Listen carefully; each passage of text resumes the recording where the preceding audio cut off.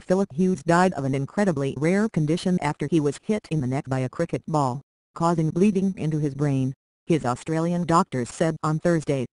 Phil Hughes, of promises, potential and a sad ending. Hughes was attempting the pull shot to a short-pitched delivery during a domestic match between New South Wales and South Australia on Tuesday, when the rising ball hit the left side of his neck.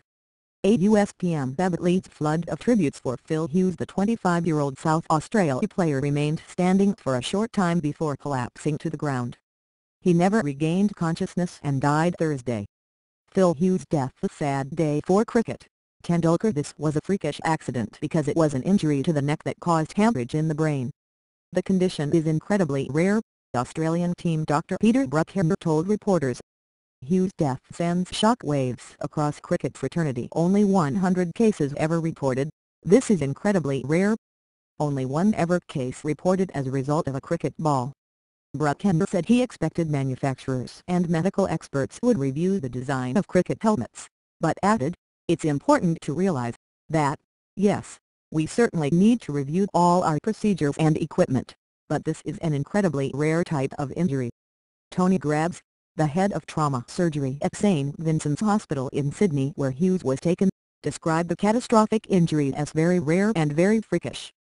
Brukner said the blow to the left-hander's neck compressed his vertebral artery, one of the main arteries that leads to the brain, causing it to split and bleed into the brain. While such an injury is frequently fatal at the time, Brukner said cricket and SW team Dr. John Orchard, paramedics and an intensive care specialist in the crowd at the Sydney cricket ground were able to keep the batsman alive before he was taken to nearby St Vincent's in a reasonable condition. Grabbs said doctors ordered a CAT scan soon after Hughes arrived and then took the decision to operate on the cricketer to reduce the pressure on his brain.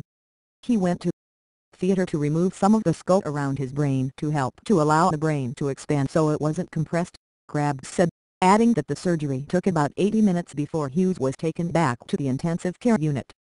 "After this we need to induce a coma to rest the patient and rest the brain and look after all the other bodily functions for him.